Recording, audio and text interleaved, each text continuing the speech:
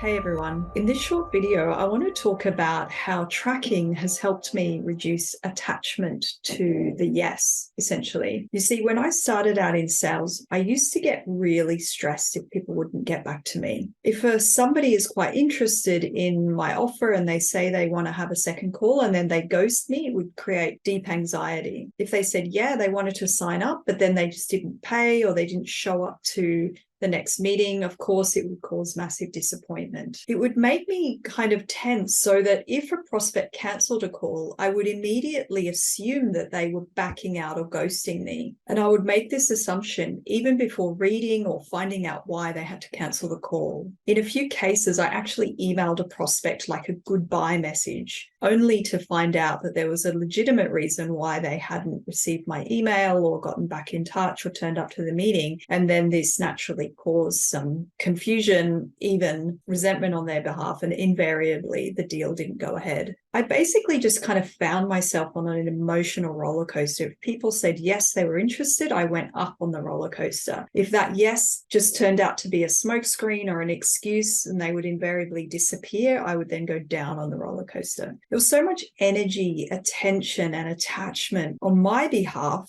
associated with them saying yes. And this is totally normal when you're new in business. A, you lack experience, and B, every single deal can mean you can pay your bills that month. So of course it's incredibly important. However, when I discovered tracking, a lot of my stress managed to be resolved. I discovered pipeline tracking, which meant after a call or after receiving a positive reply from someone, I could tag them with maybe later, interested but no deal closed, interested but at a certain point in the future, referring me to somebody else, going off on holiday but available soon, call scheduled but didn't show up, or deal closed but yet to pay, things like this. Every record showed me who was in my pipeline and what conversations were at what point.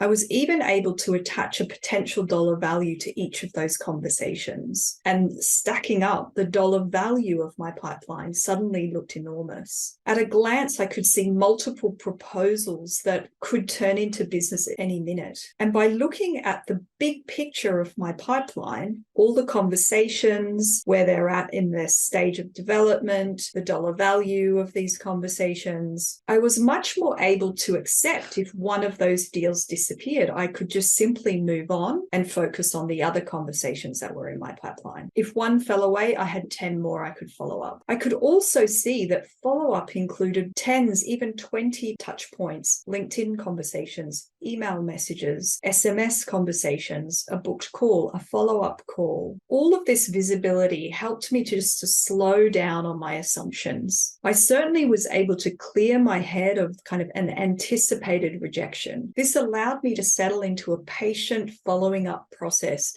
asking if I could offer value, asking if I could answer any more questions, asking if I could refer them to somebody else who would be able to solve their problem. And ultimately, I was able to see regular deals close every single month on month. So if you're interested in adopting some good processes around tracking your own pipeline, just comment on the video below. I'm more than happy to share my tracking tools with you and a free video training on how you can track leads in your pipeline. But that brings me to the end of this video. I hope you found it valuable, and I'll see you in the next video.